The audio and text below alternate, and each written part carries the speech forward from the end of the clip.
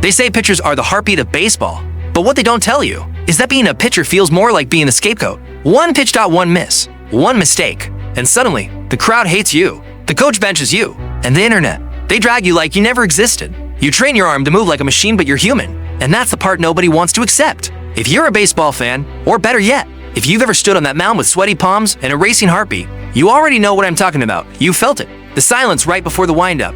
The eyes watching, judging, praying for a strike, waiting for a slip. Pitchers aren't just players. They're targets. It's lonely out there. And these days, with AI analytics tracking every spin rate, every grip angle, every slight twitch in your elbow, they know when you're about to break before you even know. There's a reason why so many pitchers burn out by 30. It's not the arm. It's the mind. Let's talk about what really goes on behind the glove. Picture this, you're 12 years old, standing on a dusty mound at your little league field. You've got your dad in the stands, yelling advice. You've got your coach telling you, throw harder, don't aim, and you've got that one scout who shows up to one game, and suddenly, your whole world turns into radar guns and eras from that point on. It's not just a game, it's auditions. Every pitch is a resume. Every inning is an interview. By the time you hit high school, you're already working with private trainers, weighted ball programs, velocity camps. You're 16, and your shoulder already sounds like bubble wrap when you wake up. You make it to college, congrats. Now it's about workload management, pitch counts, biomechanics. Every throw is scrutinized like you're a cyborg. But the thing is, no one really cares if you're hurting. They only care if you're producing. By junior year, the scouts are back. And if your fastball velocity dips even to miles per hour, you're off the radar. That's it. They don't ask why. They don't ask how you're sleeping, or if you're scared your arm won't last another year. They just stop showing up. The pressure mounts. Not just from your coaches, from social media, TikTok highlight reels, Twitter threads analyzing your spin rate. You make one bad start, it's viral. Overrated pitcher gets rocked in playoff game. 10 seconds of a bad day becomes your identity. So you push harder, train longer, pain in the elbow, ignore it. Why? Because there's a 19-year-old in Arizona throwing 98 with no pain, and he's hungry too.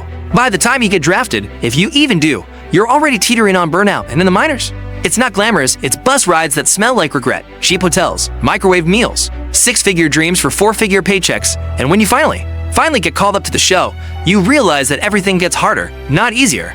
Now, you're up against the best hitters in the world, guys who've studied your tape, hitters who've seen your release point from 1,000 different camera angles. They know when you're going to throw a slider just by your toe angle on the mound, and God help you if you mess up in your first outing. Because now, you've got armchair analyst with 100,000 followers posting slow-mo breakdowns of your delivery. See that shoulder drop? That's why he gave up the homer. Your DMs are full of strangers telling you you're trash. You can't go out to dinner without someone mentioning your era. Imagine that pressure dot every dot single dot day. And here's the kicker. Pitchers don't get second chances. If a shortstop puts a ground ball, it's a fielding error. If you hang a curveball and it gets launched into the upper deck, that's a home run. Game over. Loss on your record. Pitchers carry the blame. They absorb the loss. The stats pin it all on them. No one remembers the first shutout innings you threw last week. They only remember the walk-off you gave up tonight. This is the part they don't show in highlight reels. The long walk back to the dugout with your head down. The ice on your elbow that never quite numbs the pain. The trainer asking if you felt a pop, and you lying through your teeth because if you admit pain, you're out. And if you're out, someone else is in. Pitchers know their shelf life is short. That's why they grind harder than anyone else. But even that has a cost. Let's talk about mental health. Because here's the uncomfortable truth, more pitchers than ever are suffering silently. Anxiety, depression, performance panic, night terrors before big starts, and the worst part, they're afraid to speak up. Because in this world, being mentally tough still means stay quiet.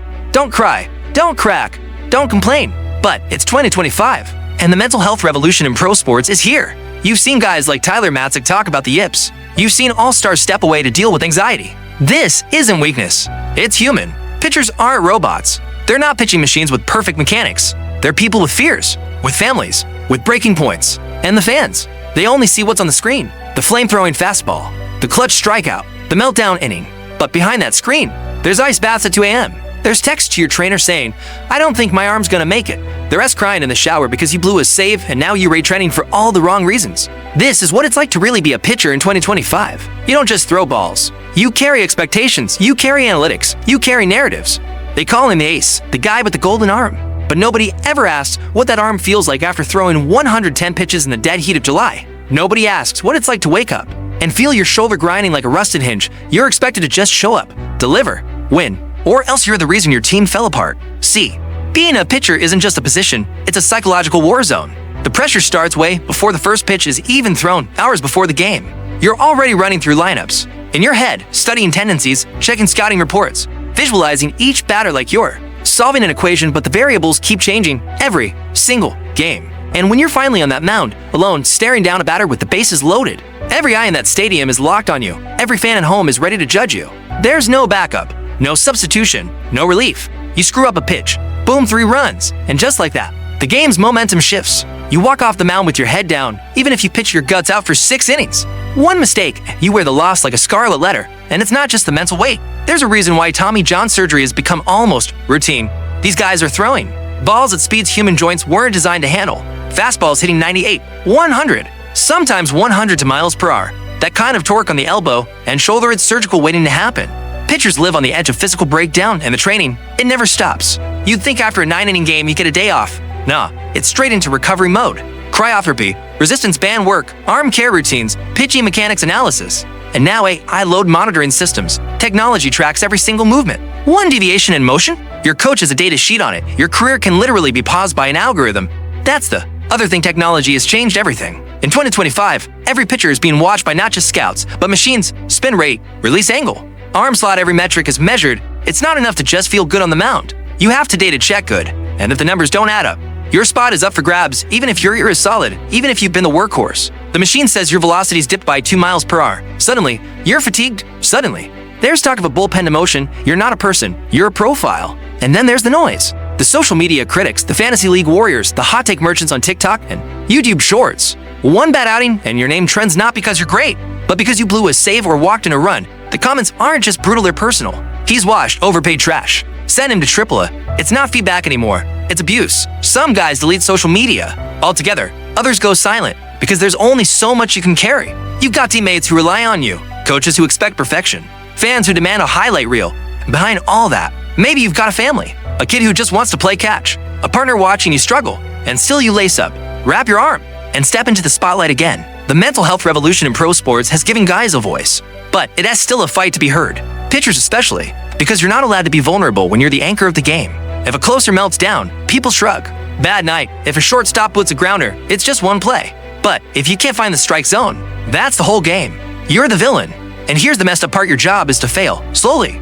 Think about it, even the best pitchers give up runs. You're literally managing failure at all times. You're trying to lose slower than the other guy. Baseball is the only sport where you can do your job perfectly for 6 innings and still lose, still be the scapegoat. Now, imagine doing that 30 times a season, across different cities, different time zones, jet lag, hotel beds, media obligations, and through it all, your arm never really heals, it just manages. You build routines to reduce inflammation, to delay pain, to preserve mechanics. You take supplements, you live with soreness, it becomes normal. But nothing prepares you for when your body stops listening. When your pitches start missing by inches instead of millimeters. When the strikeouts slow down and the hard contact picks up. When fans stop chanting your name and start questioning why you're still on the roster. That's when the mental games begin for real. And there's no playbook for that. The locker room, it's filled with guys fighting the same war, but nobody really talks about it. You've got the young arms trying to take your job, the old vets clinging to their last few innings, and the journeymen who just want a shot at a shot. It's not personal, but it's not exactly brotherhood either. You're all competing against time, stats, and expectations. And yeah, there are the glory moments, the one-hitter games, the standing ovations, the ice baths after a complete game shutout. But those are fleeting. What sticks is the silence after a blow-up inning, the cold walk from the mound to the dugout, the feeling that every pitch might be your last in the league. Still, you keep going, because once you've been the guy they say, it's hard to let it go. You chase that high, that feeling of total control, that roar of the crowd when your slider bites or your fastball pops the glove at 99. You crave it. It becomes who you are, not just a player, a pitcher. And to the outside world, you're lucky. You're living the dream, $1 million contracts, national TV brand deals. But they don't see the hours of rehab, the breakdowns in hotel rooms, the anxiety before bullpen sessions, the isolation, the constant fear that one pitch could be your last. So, yeah, it sucks to be a baseball pitcher, but it also means something. It means you've stood where few ever stand, on that mound, with the world watching. And for a few glorious seconds, the game is in your hands. Smash that like button if you've ever felt underestimated. Drop the name of a pitcher who deserves more love in the comments. And hit subscribe because tomorrow, we're telling the story of a player who lost everything and still made it back to the game.